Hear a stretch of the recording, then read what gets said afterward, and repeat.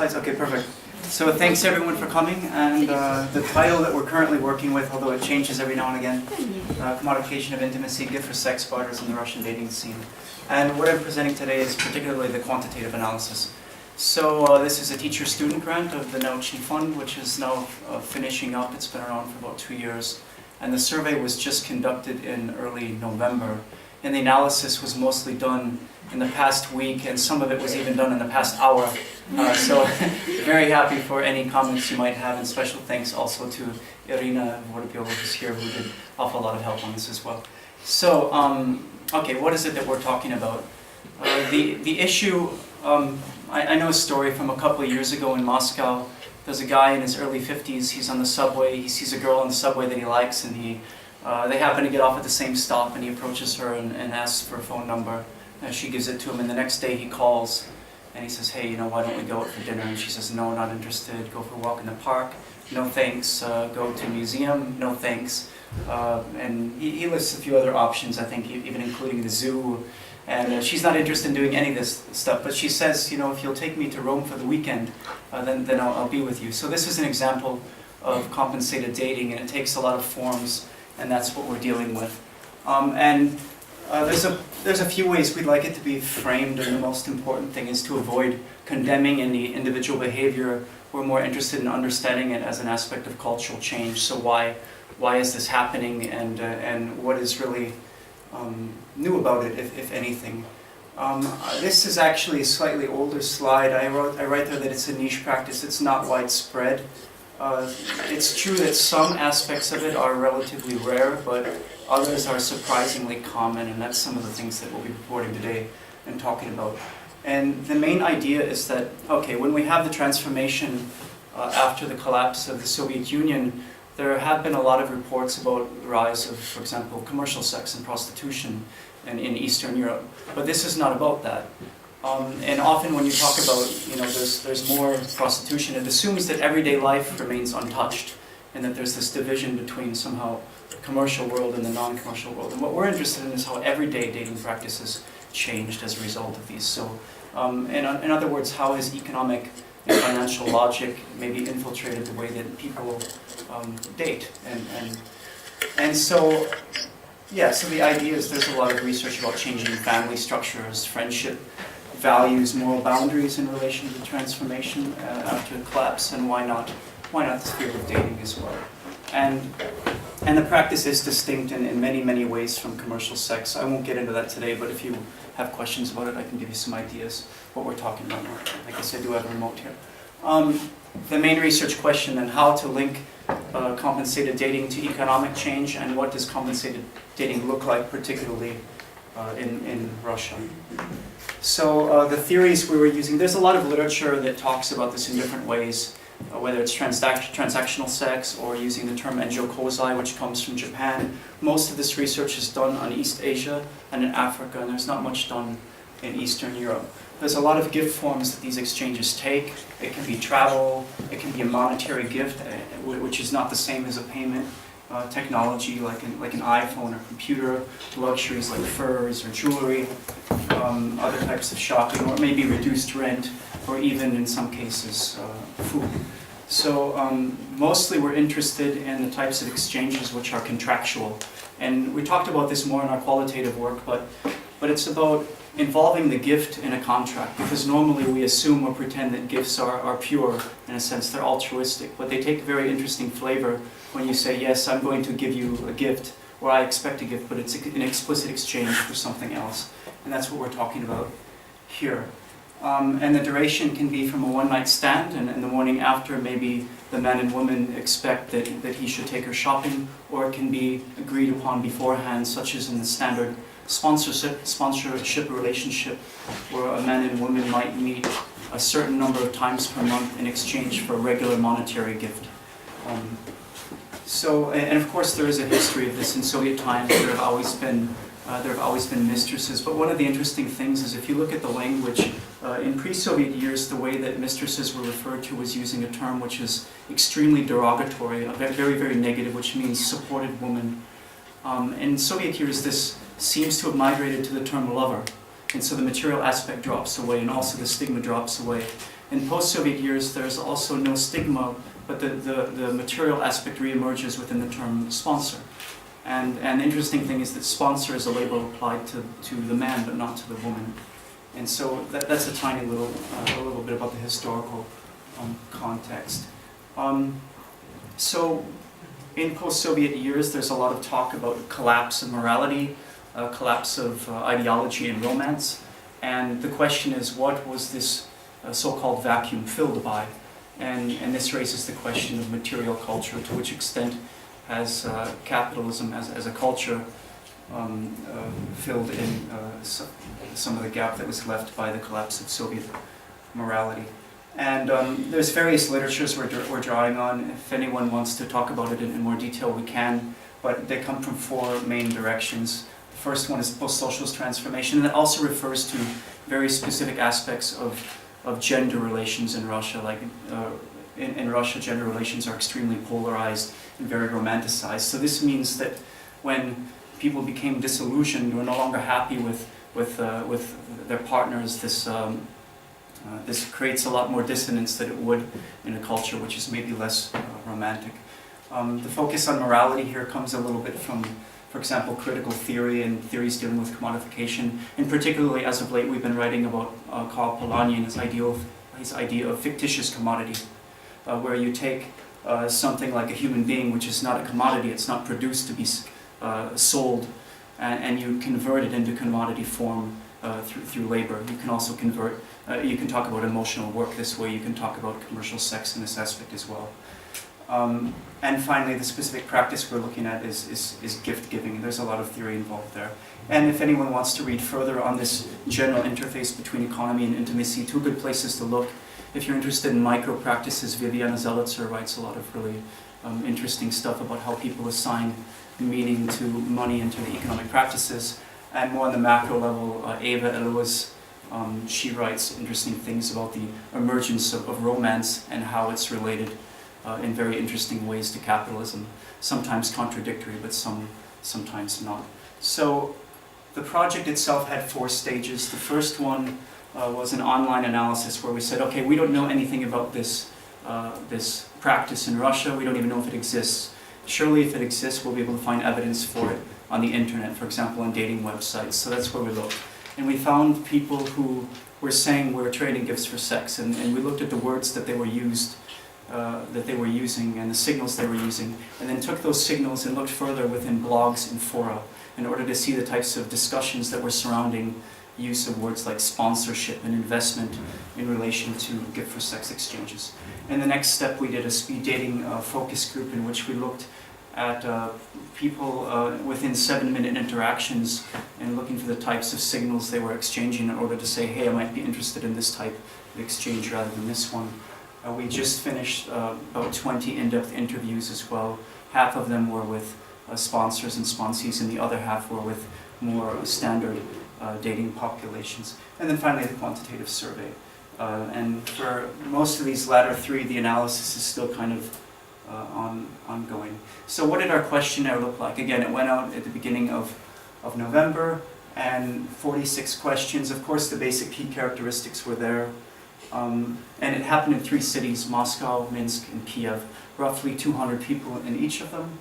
And we wanted to know also where they were born, what are their occupations, income, and values. We also asked about values, of course, because we presumed that people that are perhaps more materialistic or more romantically oriented this might have a particular outcome one way or another on compensated dating. And the types of values we asked, again, it wasn't a big questionnaire. We only asked 6, and we asked the people to rank them. So it was family, self-expression, love, leisure, religion, and material well-being. So they ranked them 1 through 6 in the order of most importance. Then we asked about relationship background. Of course, their current marital status, how many intimate, meaning sexual partners they've had in their life, what was their longest relationship, how many one-night stands they've had. The extent, this one is important, the extent to which, on a scale of 1 to 10, financial matters influence their choice of a partner. Whether they believe in marriage without love, whether they believe in sex without love, is the other one at the bottom. Who should pay on dates? Is it men or women? Is it both? Mostly men, mostly women, etc. And the one we're focusing on most today in terms of predicting it as a dependent variable is whether the person ever in their life has given or received anything explicitly in exchange for sex. And of course, use of dating websites. We put that one in there because we wanted to see if we could compare this material to our qualitative material. Right. And then the next part of the questionnaire, we asked them to name one very serious relationship they've had and one less serious relationship they had. So they would write the name of the person and then they would answer specific questions about that detailed relationship, because we were hoping to capture there also a few sponsorship relationships in order to find out what they're really about. And so they told us what kind of relationship it is: long-term, short-term, marriage, we're just living together, we just were together once or twice. The duration, what is the age difference, how do they label the relationship? We took some of the labels we found in our qualitative work, like sponsor or I mean normal things too, like lover, girlfriend, boyfriend, and asked them to label that relationship in various ways, whether it was monogamous or not.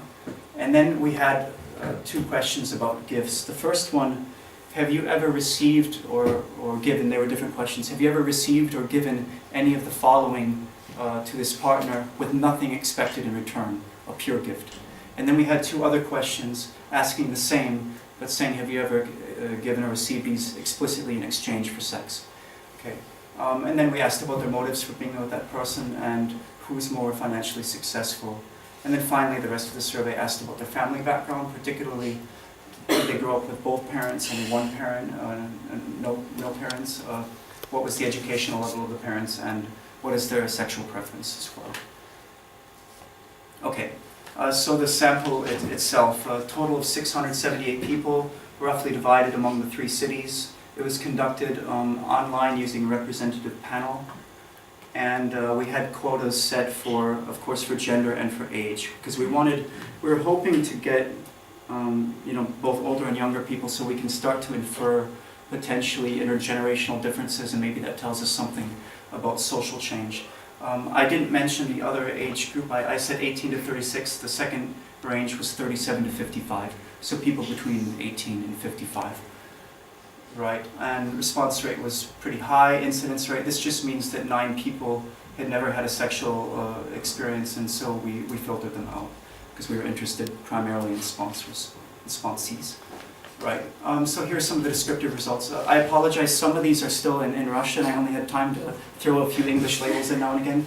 This is education. The orange one is higher education, for example, a bachelor degree, or even higher degree, like a PhD, for instance. So this is a very educated group of people. I'm just going to move through this rather quickly because we have a lot to cover.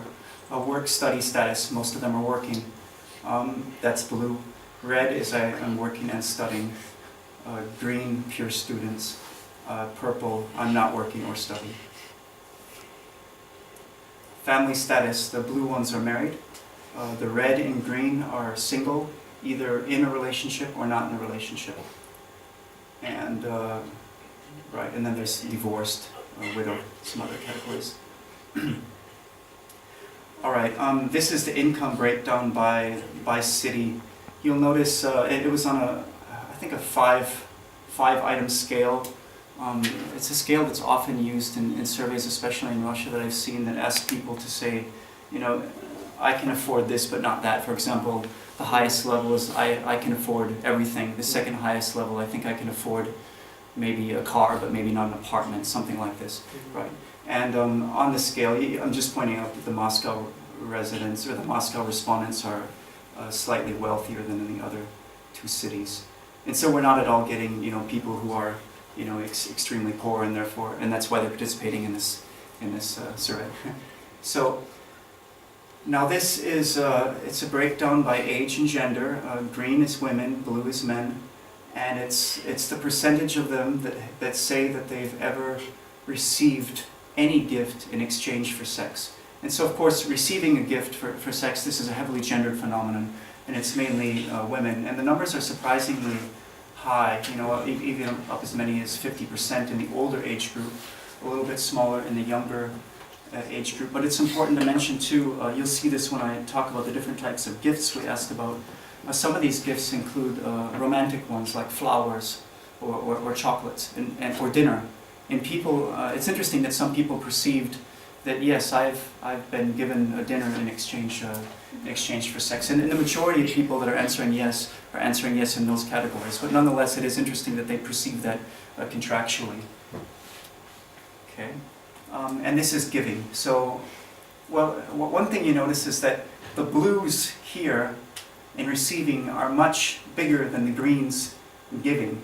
So there's a lot more men admitting or claiming that they've received something for sex than there are women claiming that they've given something for sex, which is an interesting thing. And so this is the percentage of those who have given gifts in exchange for sex. By the way, these aren't only gifts. Almost all of them are, but we do also have an item there, monetary payment. And very, very few people answered this, but it also exists. And so in the older age category in Moscow, we have 78% of men answering yes to that question. Okay, so what exactly do these gifts look like? Moscow on the left, Kiev and Minsk on the right. And it's a little bit small, but on the upper right-hand corner you can see what types of gifts these are. And also you can see that the proportions are higher. This is receiving. The proportions are higher in Moscow than in the other cities. I'll give you a second to look at that. One difference that you might notice is that gifts related to daily needs like food or clothing are a little bit higher in Minsk than they might be in Kiev or Moscow, and gifts like a monetary gift, I'm going to give you a cash gift. This is more common in a place like Moscow. Okay. And this is giving gifts. And here you see again a gap in Minsk, meaning in Minsk the proportion of people saying that they've given gifts is much smaller than the number of people in Minsk who have received gifts. I mean, there's a variety of ways that one could explain this. One could be that maybe there are men from Moscow or Kiev that are giving gifts to women in Minsk. But in any case, these are the... I mean, I've heard these stories. Okay, these are the gifts that are given in the three different cities. And the proportion is much higher in Moscow than in Minsk, and that's statistically significant as well if you run a t-test. Right, okay, so those are some of the descriptives. And then we ran a series of logistic regression results with dependent variables, again, just blanket, have you ever received or given any of these gifts, and trying to predict them, those answers based on a variety of different factors. So the first, this first one here, this is pooled, all three cities, and it's those who have reported receiving something. Of course, it's female, mainly women, and women who more highly value love and leisure. Interesting thing is that correlates with our qualitative findings, where we find that the gift form of exchange is, it really functions well in these types of relations because a gift can transfer things like love and emotion, because a gift symbolizes romance. And you find that here as well. Women who more highly value love are more likely to be engaged in receiving some types of gifts in exchange for sex. Also, women who had more one-night stands, women who more highly value, who think that finances and the choice of a partner are more important. And I honestly didn't expect this dating website to come up as significant. Again, I threw it in there so we could somehow be able to compare results with the qualitative stuff. And you'll see throughout these findings that that's by far the most salient indicator. So women who more often use dating websites are much more likely to be involved in these types of exchanges. And those who believe in traditional forms of payment are less likely to be involved. In other words, those who see that it's normal for a man to pay on a date are less likely to see that exchange as some sort of contractual, as something contractual. Okay. Here's overall pooled for those who have given something in exchange for sex. Of course, it's men, it's slightly older men as well, and those who are using dating websites. Those are the only things that are significant there. This dating website indicator, by the way, I think it was a scale of 4 or 5. And so, but it's quite a big jump, as you see. So every every jump on that scale of 4 or 5 means there's a 57 57% chance higher that the person would be giving gifts. Okay, I'm going to briefly now fly down these by city as well. So this is Moscow, those who have received something. The gendered aspect is there. Those who value love, again, are much more likely. Those who think that finance is important in the choice of a partner. Those who have, this surprises me, and I have no idea how to interpret it actually, because I would have expected something else, but those with higher mother's education are more likely. If your mother was more educated, you're more likely to be involved in these types of exchanges. So, I mean, it could suggest that this is something that is being taught as a successful survival strategy, even among certain successful women in the city. Okay. This is Moscow, those who have given something. It's less educated, richer men who've had more one-night stands. Okay. Now this is Kiev.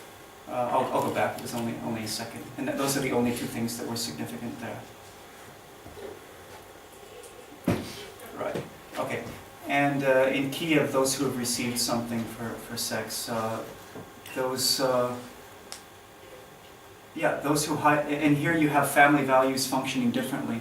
Those who more highly value family are less likely to engage. Oh, never mind. Before it was love, right? So those who value family are less likely to be receiving these types of gifts. Those who have more one-night stands and who are more often in dating websites, more often doing this. In Kiev, the men who are more often on dating websites again. In Minsk, receiving is based primarily on lower father's education and those who do not believe in this traditional payment form. This comes up again. Those are the only two things that arise. And now Minsk.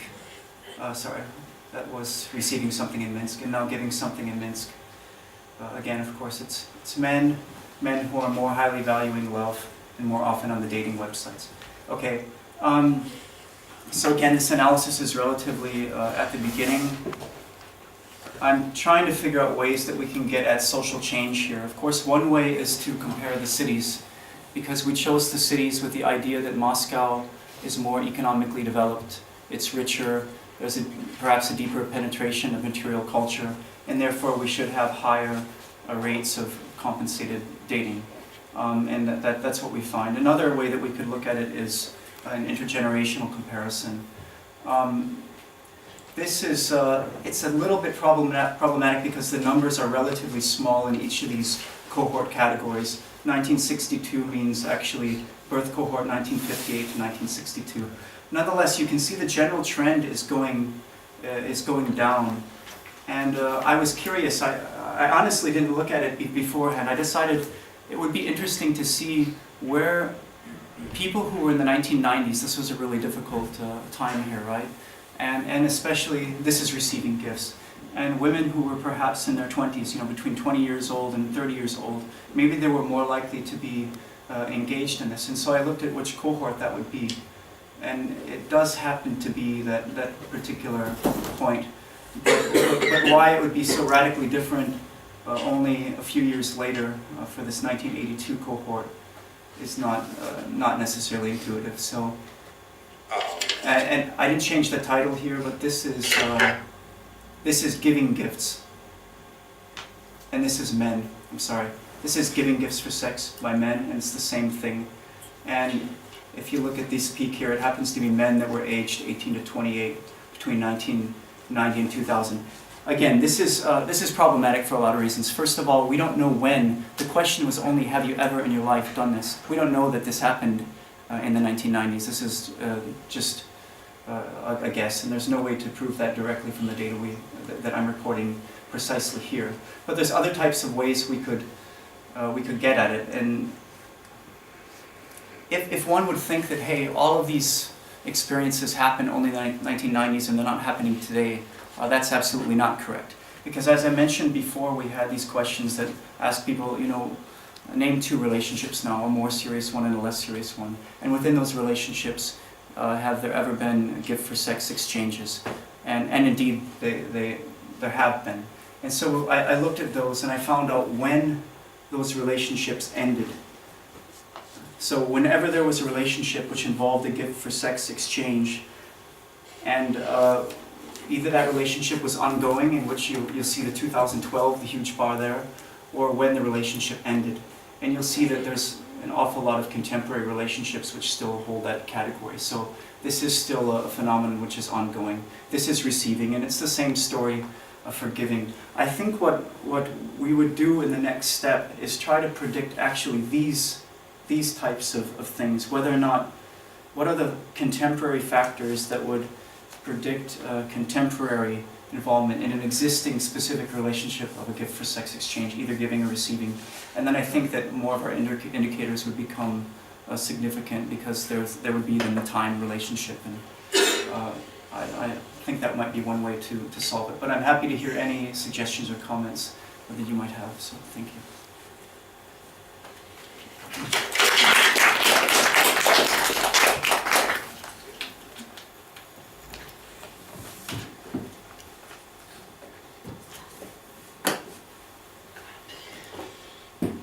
Do you have any questions, Boris?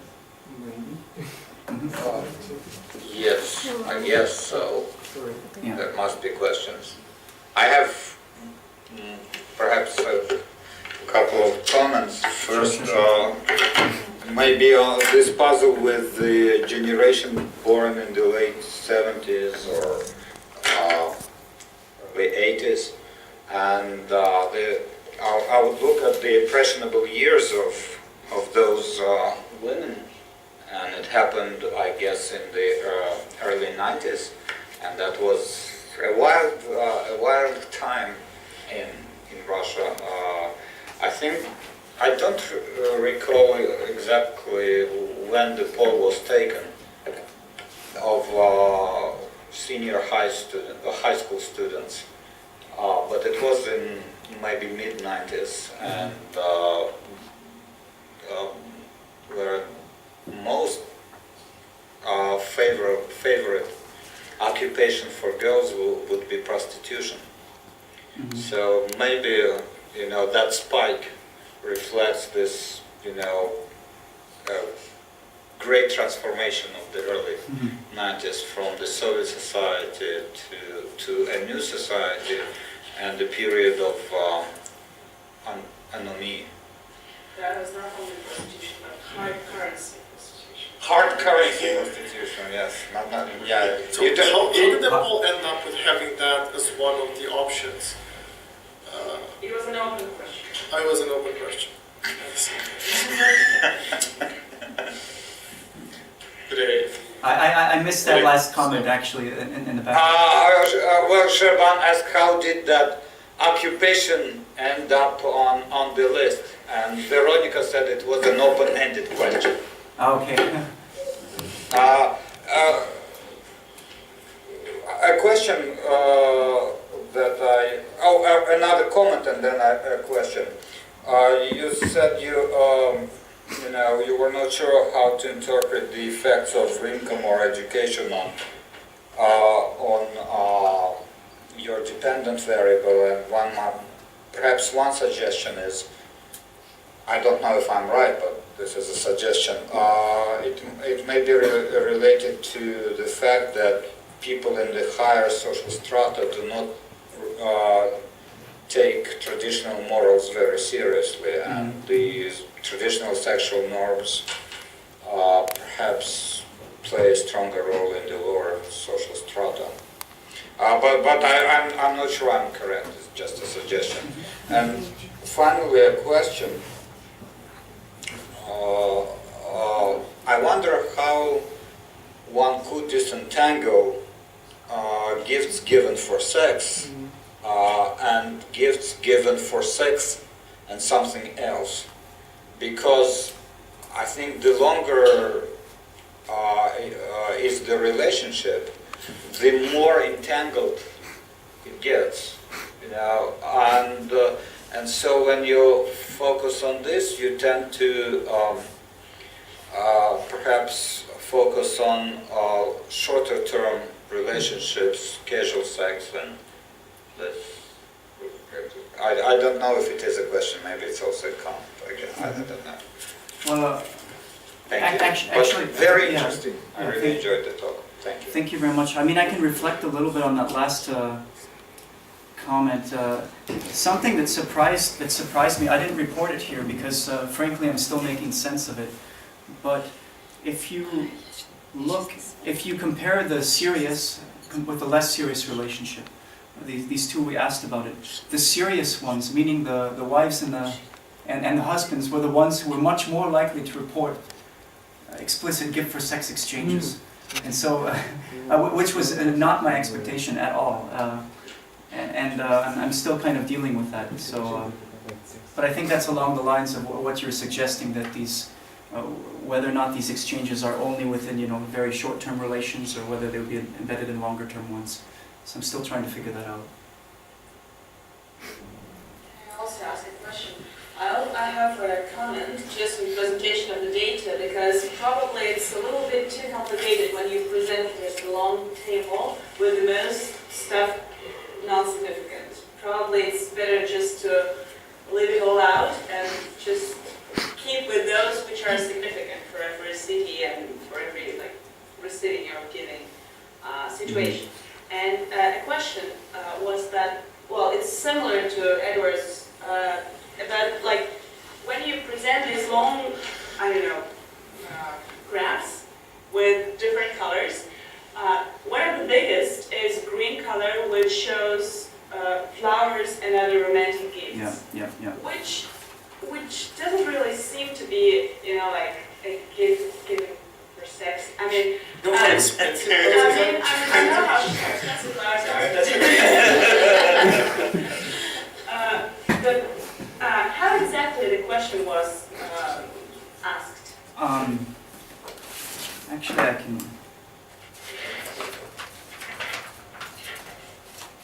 I'm looking for it. I have the questionnaire here, so.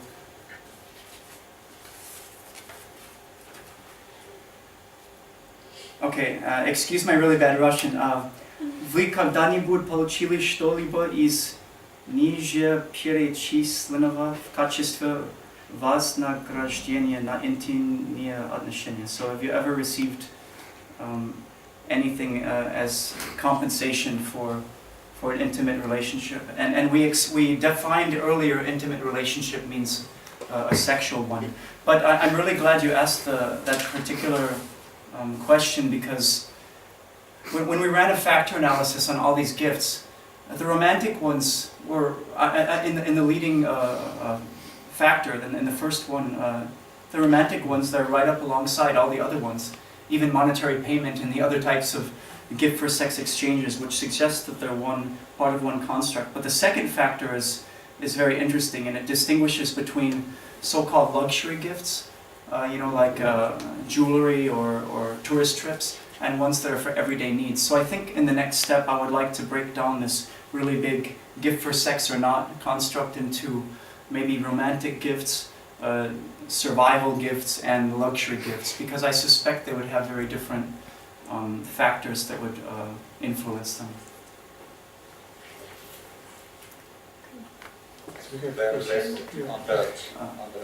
And Alexei on this side. Do we have a moderator? I don't know. I'm sure. We have a Ben. question from St. Petersburg. Okay, St. Petersburg. Sure. Alexei. Yeah. Yeah, okay. Okay, I think it's a very interesting theoretical question behind what is gift and what is gift for sex from the point of view of respondents. Because, for example, as Veronica said, maybe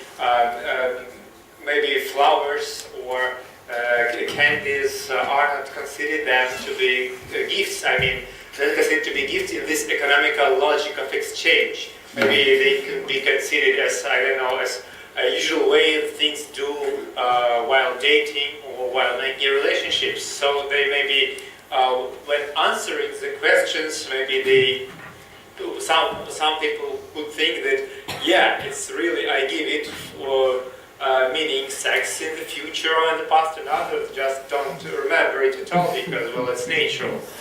And I think that it could be one of the reasons why there is difference between those who give gifts and who receive them. And also another thing that I want to offer to you, when you asked, when we told that maybe men from Moscow and Kiev go to women in Minsk, I think we can broaden this presupposition. Maybe when the respondents of the survey answering the question, maybe they have a relationship with non-residents of the city, and it also can make some differences. Also, the questions that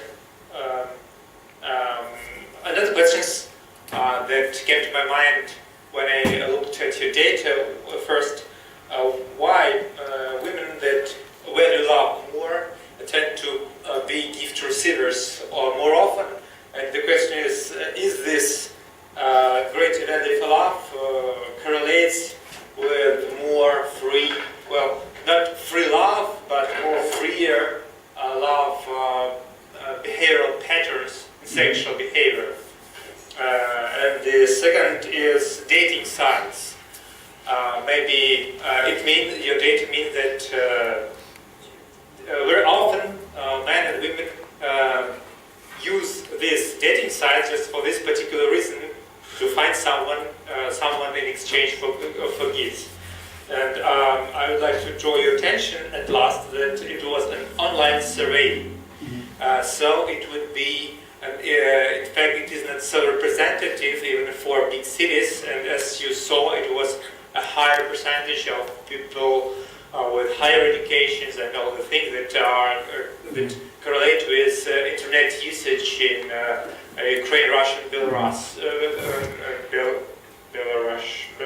So, and maybe it's also should take into consideration when interpreting the results and trying to expand the interpretation behind your sample. Thank you. Okay. Thank you very much. I'll take those comments with me for preparing for the next part of the analysis. I'll only respond to two small aspects. You're right that our samples are only representing cities, and I would say that was intentional. Just because there wasn't any other research done, we wanted to see, is this actually existing or not? Assuming that if it's existing anywhere, then particularly it must be in the cities, which must have undergone the most cultural change, in line with our theoretical expectations.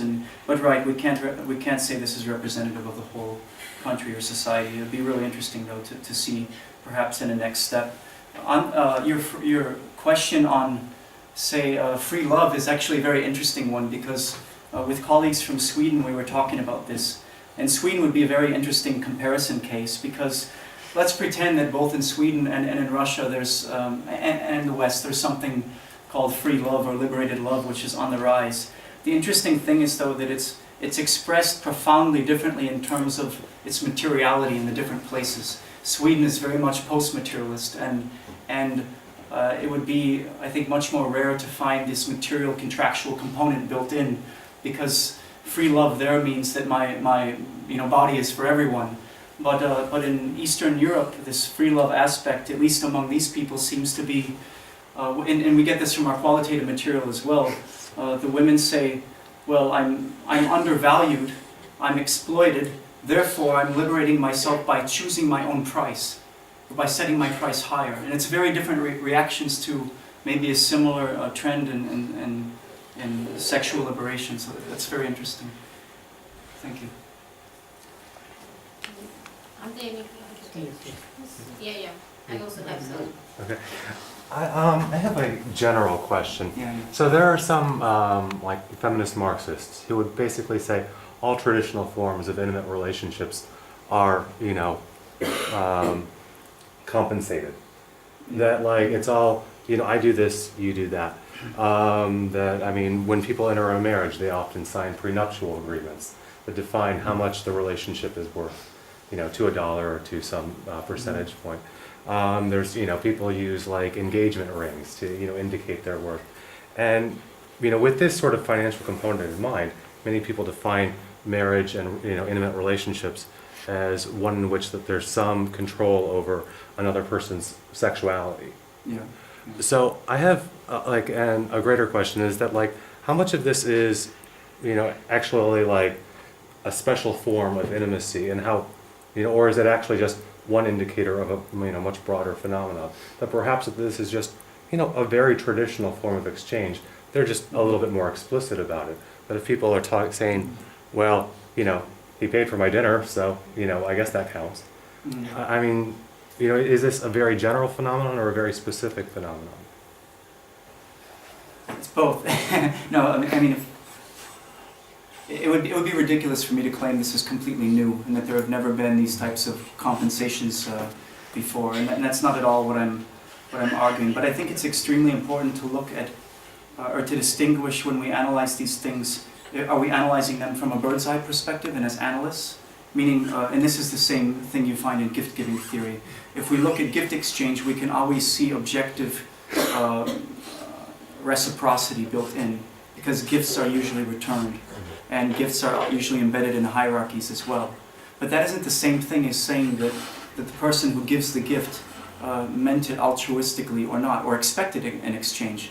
And so I think from a bird's eye perspective, we can always see this objectivity, or see everything as sort of a crass economic exchange. But whether or not people perceive it that way is profoundly different. And what's one of the most interesting things here, I think, is that people appear to more often perceive their relationships as economic. Relationships that maybe a few years back they would perceive more, or they would assume that, okay, romantic valuations and economic ones, they don't really belong together. And maybe in certain societies this boundary starts to be bridged.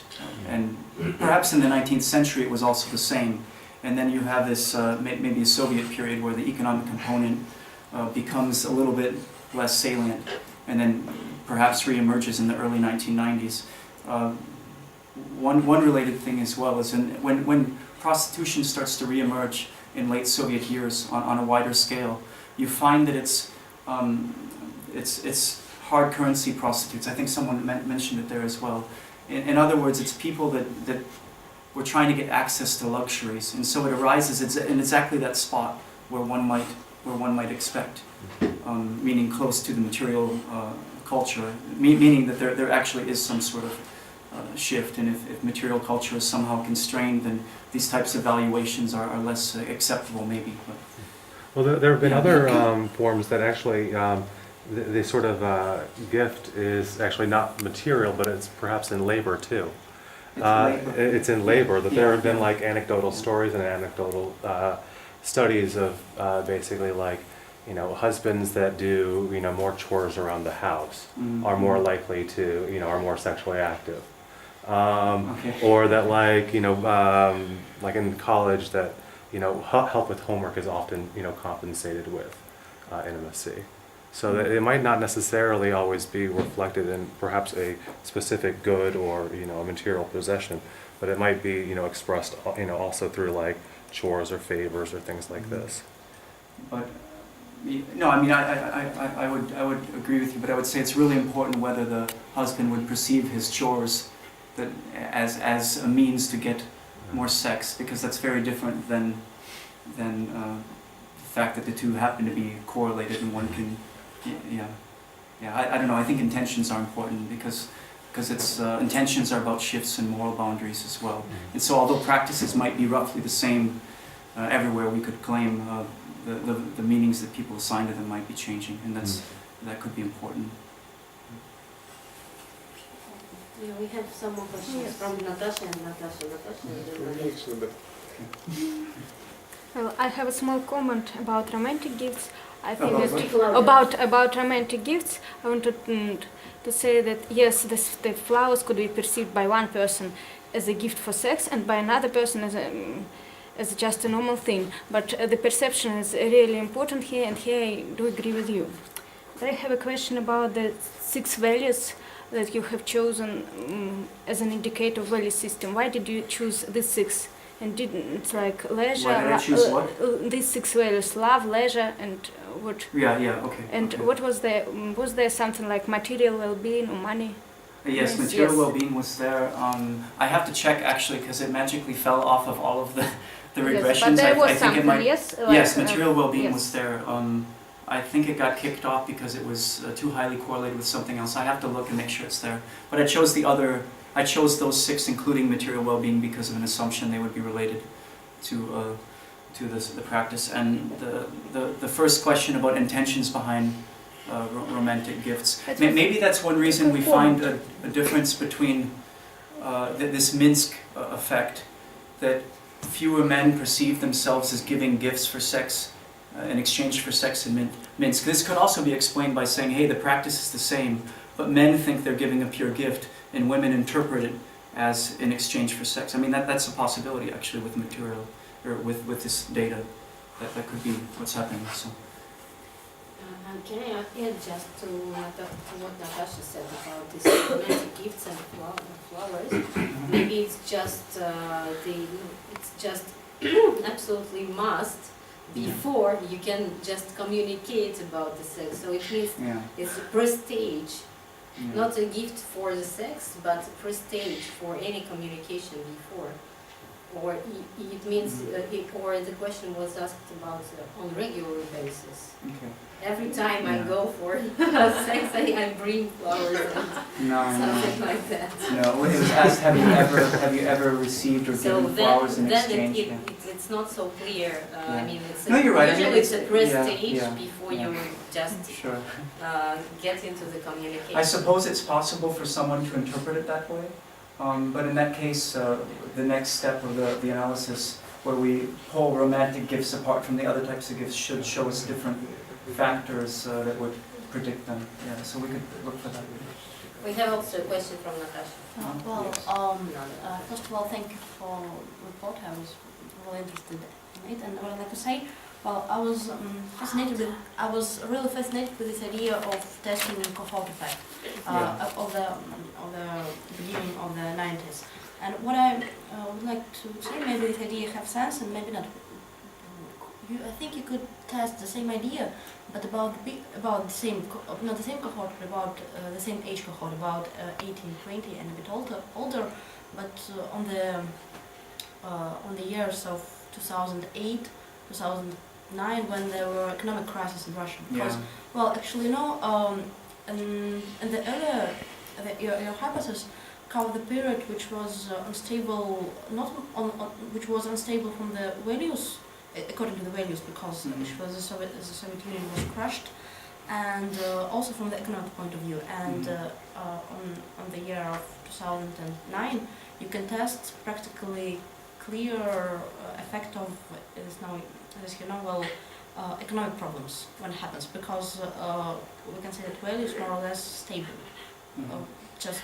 And also we can say that this young cohort, about 18-20 years, they would already have another background. They have never been in the values of Soviet Union, and maybe it would show some interesting results for you. I wish I could get at answering this question better, but we don't have the data in this particular questionnaire that would allow that. The ideal would be to have some sort of panel, in which we are asking people about their relationships and intentions and gift-giving, exchanges in real time, and then we could correlate it with the year and with economic downturns and with other aspects as well. The problem is we don't have that data here. But one thing I wanted to say in relation to that, our only hypothesis is not about, say, economic hardship. In fact, my main hypothesis starting, you could say, is a little bit of an opposite one. It's about, say, entrenchment or spread of economic culture. If entrenchment of economic culture would cause more compensated dating, we would expect that newer generations would be more and more and more engaging in this activity. Whereas if it was only due to economic downturns, we would see spikes. Don't have data perfect enough yet to answer that question, but I'll try to find other ways I can trick with what I have, or play with what I have. So, thank you. Any other Yes, I just want to clarify after all comments. am I right that you want to understand sex for gift relationship like special form of relationship, or like some part of usual relationship? It's special form, or the relationship itself.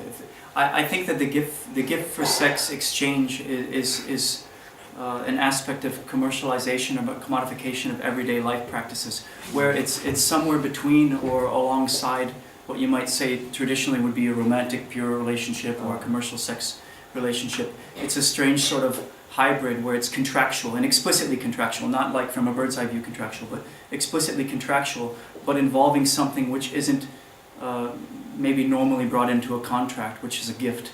And only by bringing the gift into a contract can you transfer something like more authentic love. Transformation of usual type of relationship, yeah? It's what? Transformation of usual type of relationship. Transformation. Yeah. A continuation of a traditional Transformation. Transformation.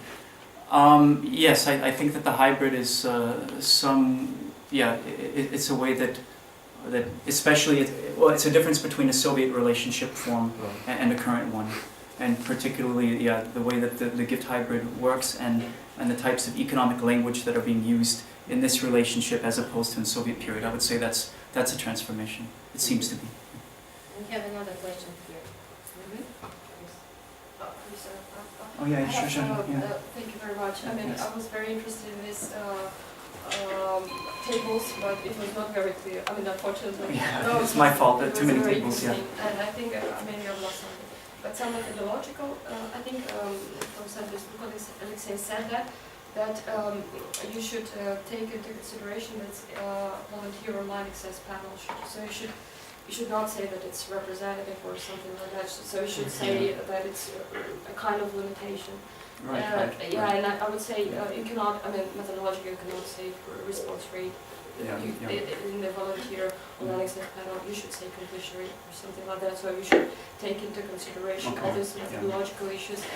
And I would say this is